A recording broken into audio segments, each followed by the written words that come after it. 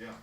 Yeah, we can talk about all that later. AD, LeBron said that sometimes you get back from a road trip and it can lead to a slow start, but you guys overcame that pretty quickly.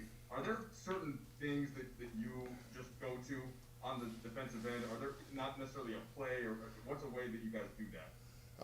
It's energy and effort. Slow start. I mean, no excuse. This team haven't played in 7 days. They had one game in 7 days, and we knew they were gonna come out with a lot of energy, a lot of effort. Thank you. And we were slow defensively. We were slow offensively. I think in the first quarter they were shooting 60% from the field, 62 from the field, 60 from three, and we were shooting in the 20s. So. It started with DS's ball pressure. He got two back-to-back steals and kind of got us going. We fed off his energy, but that's usually what it is. It takes one play to kind of get us going, and we get going. And when you're on the road 7 days and come home for a couple of days and on the road again for 5 days, it can kind of wear on you a little bit, and get you off to that slow start. But like you said, we overcame it tonight. I know it's different teams, different players, but what do you think the difference is in getting shots, like such good shots from three? It just seems like they've been better this season. We got a lot of guys who can get in the paint. We got guys who can get in the paint, and we making the right decisions. We got a lot of good looks last year, but I think this year, coach put an emphasis on getting to the paint. With our guards, Talon, AC, Braun, DS, all these guys are getting to the paint, and we're finding our shooters and making the right plays. And it's just the basketball style that we want to play. It's good basketball, and tonight that's how we were able to kind of open the lead up a little bit. Okay, Kyle Goon, please. Hey, you had a rough shooting start and then seemed to warm up, especially at the free throw line. When you're hitting shots at the free throw line, does that have an effect on how you hit shots from the field? Yeah, I think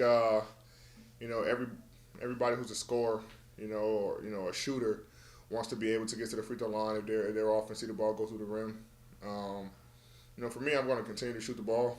I liked all the looks that I shot today, and you can't control whether it goes in or not. I just continue to play defense and just try to do other things on the floor.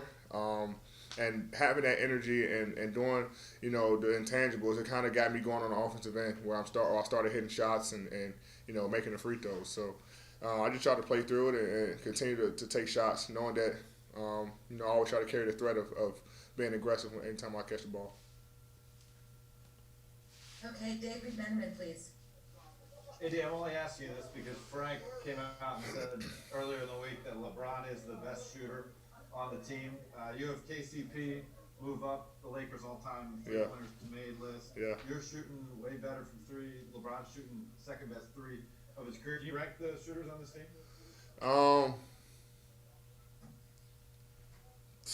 He's up there. I mean, Bron has been shooting the ball extremely well this year. Obviously Kenny been shooting the ball. And congrats to him for moving up to ninth on the Lakers list. But I will have to say, Kenny is always, our guy who we look to for shots. Wes is, still struggling to find a consistent three. He's getting open looks, but I still put Wes up there. He's a sniper. Kenny, West. I'll put Bron third. Just because of this year, he's been able to shoot the ball extremely well. Mark can shoot it. Mark is up there. And then I'll put myself. You got Duds, AC. All our guys are able to make shots, and we have been making shots this year. So it's tough. I have to look at the percentages and see, but it's Bron's always going to be up there just because he shoots a ton of them, especially when he gets hot. He starts shooting from half court and things like that. So I don't think coach will maybe allow Kenny to do that. Okay, Dan Wakey, please. Hey, you guys have put teams away here over the past week, extended lead late and stuff like that. How's this team been able to do that, and how good is it to finish games on the bench repeatedly? Yeah, we've been doing it defensively. We've been locking in defensively. we had a slow start tonight, but we've been doing it on the defensive end. I think we were first in defensive rating, and we want to keep that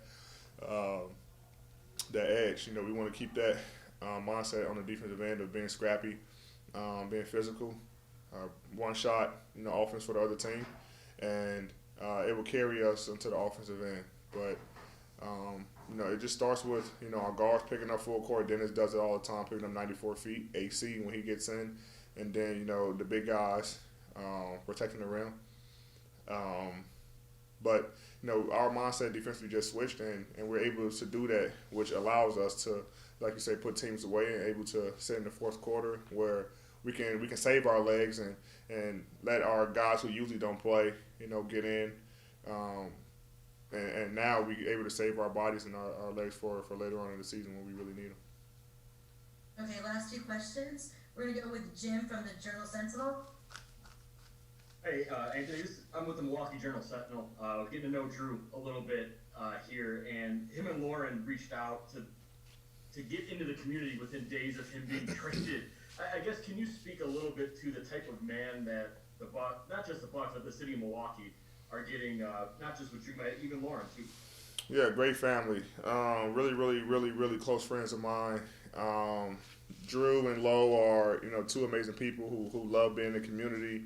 Everyone knows the story that their family went through with Lo, and that's a family who everybody seems to get drawn to because of their love and support that they have for any community that they're in. And I think the city of Milwaukee and the state of Wisconsin is getting two people who are genuine people who really love being in the community and want to help everyone around them, no matter what it is. And so, like I say, really good friends of mine, and you guys are getting really, really good, genuine people.